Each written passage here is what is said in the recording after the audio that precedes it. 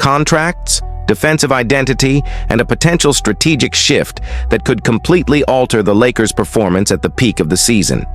Keep reading until the end, because every piece of this story connects, and the final result may surprise you. Like the video. Subscribe to the channel. Right now, the Sacramento Kings are one of the most important teams in the entire NBA trade market. Not because they're dominating the headlines, but because they're doing something far more dangerous. They're listening. According to various league reports, Sacramento has quietly signaled to the rest of the NBA that it's open to trades, and not just selectively. With the exception of Keegan Murray and Nick Clifford, virtually every player on the roster is available for the right price. That alone changes everything. When a front office reaches this point, it means one thing. The Kings are reassessing their direction. They're no longer concerned with the status quo. They're evaluating value, contracts, timelines, and future flexibility. And when that happens, the phones don't stop ringing. Incidentally, reports indicate that almost half of the NBA has already called Sacramento, asking about a specific name. That name is Keon Ellis. Keon Ellis has quietly become one of the most coveted supporting players in the entire league. Not because he scores 20 points per game, not because he dominates the best moments of the season, but because he does the one thing that title contenders desperately need, and that isn't learned overnight: elite perimeter defense. Ellis is the type of player every playoff team wants, but few can sign. Sacramento knows this, and that's why they're asking for a protected first-round pick in return. For many teams, that price seems high. For others, it seems impossible. But Sacramento's advantage doesn't stop there. The Kings don't just have valuable players, they also have contracts that nobody wants, contracts that complicate negotiations, contracts that scare teams away. And at the center of this financial tension is a name very familiar to Lakers fans: Malik Monk. Yes, the former Laker. Monk is currently locked into a 4-year, fully guaranteed $78 million contract that runs through the 2027-28 NBA season.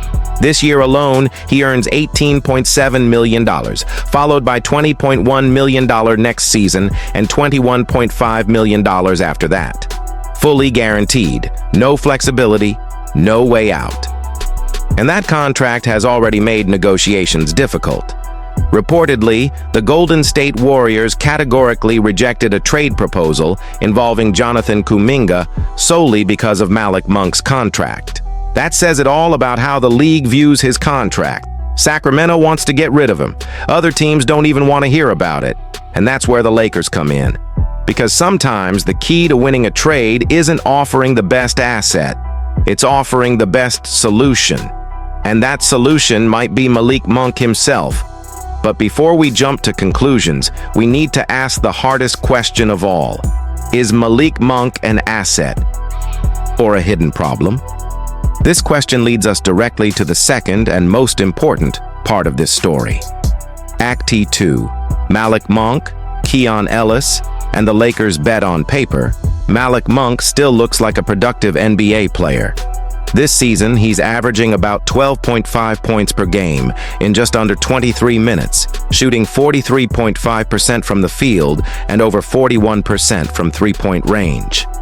This efficiency is important. It shows that Monk isn't a weak point on offense. He can space the floor. He can score in bursts. He can create rhythm. And at only 27 years old, he's at the peak of his career. So why is he seen as a neutral or even negative trade asset? The answer is defense, and more specifically, the lack thereof. Advanced metrics paint a brutally clear picture. Monk has a negative defensive BPM, 1.3 this season. On platforms like the B-Ball Index, his defensive impact ratings are near the bottom of the list, including a negative defensive value rating and an extremely low difficulty rating for his defensive assignments. Simply put, he guards easier opponents and still struggles.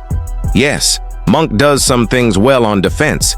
He moves well. He turns defense into instant offense. And right now, the Lakers simply don't have enough players who can consistently do that. So the real question is Is it worth taking on Malik Monk's contract if it means getting Keon Ellis? Now let's talk about the trade structure. Trade package. Option 1. Financial flexibility. One possible structure would involve Gabe Vincent and Maxi Kleber, both with expiring contracts combined with draft picks. From Sacramento's perspective, this is attractive. It would free up future salaries, help rebalance the team's finances, and allow them to focus on rebuilding. Add a protected first-round pick and possibly a second-round pick, and suddenly the deal becomes realistic. For the Lakers, this deal keeps their core intact, adding 2 rotation players, Monk for scoring and Ellis for defense. It's not perfect, but it balances the needs. Trade package. Option 2. Talent swap. If Sacramento demands more value, the conversation shifts to a package involving Rui Hachimura and Dalton Knecht. This is riskier. Hachimura has real trade value. Knecht is a young prospect with potential. But trading them could eliminate 2 defensive deficiencies, bringing back Monk's shooting and Ellis's defense. In this scenario, Sacramento might not even require significant compensation in draft picks. The value would be embedded in the players themselves. Is it ideal? No. Is it unthinkable? Also, no. Because if the end result is the acquisition of a complete and efficient defender like Keon Ellis, something the Lakers desperately need, then the gamble starts to make sense. Final considerations. This is a moment of choice. This potential trade isn't just about Malik Monk, nor even just about Keon Ellis. It's about direction. Will the Lakers continue trying to remedy their deficiencies with marginal signings, or will they take a calculated risk that will reshape their identity? Monk's contract is high, his defense is flawed, but his offense fills a need. And Ellis? Ellis fills the most important need. Sacramento wants relief. The Lakers want balance. Somewhere in the middle of all this, there's a trade that could quietly become one of the most important of the season. Now the question is yours. Would you accept Malik Monk's contract if it meant securing Keon Ellis? Would you sacrifice flexibility for defense? And if this offer were available today, would you accept it? Leave your opinion in the comments. Like the video. Subscribe to the channel. Because if this negotiation starts to materialize, you'll be the first to know here.